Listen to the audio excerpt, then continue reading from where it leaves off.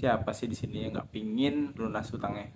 Tapi ini lucu nih, pertanyaan malahan nanya kalau misalkan kita udah lunas utang, dia punya utang di BFI nih, tapi dia masih belum bisa ngambil PKB karena ada tagihan denda yang masih belum dibayarkan dan belum diselesaikan masalah kewajiban yang menurut BFI masih belum selesai. Nah sekarang mau ngajuin lagi nih, nggak tahu utang apa di Mandiri katanya. Kira-kira BI checking saya bermasalah nggak kalau saya kondisinya masih belum bayar hal itu? Nah, lucunya tuh kenapa kita tuh suka berpikir gini ya. Kita berpikir bagaimana cara bisa melunasi utang.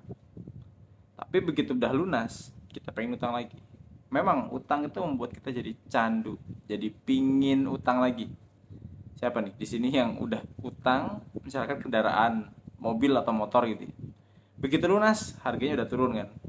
Sehingga dijual dan duitnya dipakai buat bayar DP kendaraan yang lebih baru lagi. Ini biasa orang lain nggak bisa kaya-kaya nih. Sekalipun penghasilannya besar ya. Tapi keinginan lebih besar daripada kemampuannya dia. Jadi ayolah, kita belajar jadi orang yang lebih maju. Gak perlu yang namanya membesarkan gaya hidup. Gak perlu yang namanya kita belum mampu tapi kita memaksakan diri untuk memampukan. Kenapa saya bilang gak mampu? Padahal orang bilang kalau misalkan kita banyak utangnya, utang kita makin besar, itu berarti makin sukses. Atau kalau enggak misalkan kita nggak ngutang nggak akan punya. Kalau buat saya pribadi itu prinsip saya zaman jahiliyah dulu sebelum tahun 2020. Nah, mulai 2020 sampai sekarang alhamdulillah utang saya perlahan mulai selesai dan alhamdulillah juga nih rumah yang saya tempati ini yang berkali-kali saya pakai untuk bikin konten ini ada calon pembeli yang serius dan udah memberikan tanda jadi. Tinggal saya urus masalah ke bank untuk negosiasi bayar pokok utangnya aja dan juga minta diskon, dan terutama nggak bayar bunga, nggak bayar denda, dan juga nggak bayar penaltinya. Jadi ayo kita belajar lebih maju lagi. Kenapa negara ini juga susah untuk maju, karena kita harus bayar utang dan juga bayar bunganya. Padahal kalau kita sabar sedikit, kita bisa ngelola uang dengan baik. Kita bisa membeli sesuatu dengan cara yang lebih murah loh sebenarnya. Beli kendaraan, beli second dulu. Karena kendaraan itu value-nya makin makin sedikit kan, makin kecil maksudnya. Beda sama properti, properti itu lebih naik harganya. Sehingga kita kalau mau ngejar properti, otomatis kita beli yang paling intinya. Properti itu berarti yang mau dibeli adalah tanahnya dulu, selanjutnya baru bangunan. Dan bangunan itu harganya nggak makin naik. Yang makin naik itu adalah tanahnya karena jumlahnya makin sedikit. Makanya kita mulai sekarang belajar deh, beli sesuatu sesuai dengan value-nya, sesuai dengan nilainya, jangan sesuai dengan gengsinya.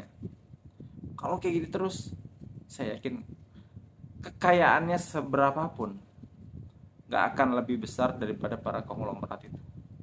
Karena sahabat-sahabat Rasulullah juga yang kaya-kaya, mereka membiasakan diri menghindari riba, menghindari yang namanya hutang, dan menjual segala sesuatunya secara cash tanpa hutang piutang.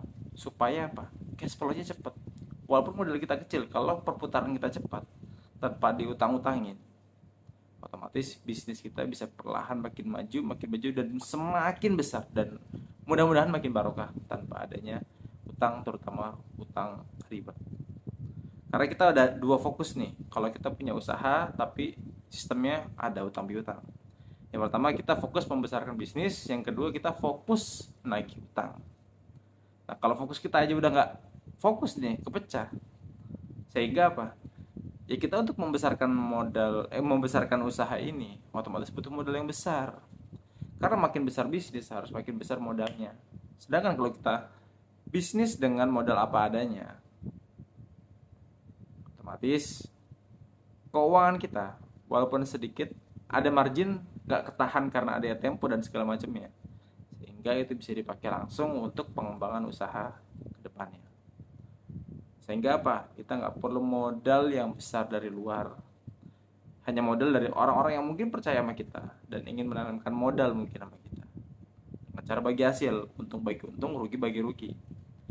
Jadi semuanya kita bagi secara distribusi risiko maupun keuntungannya.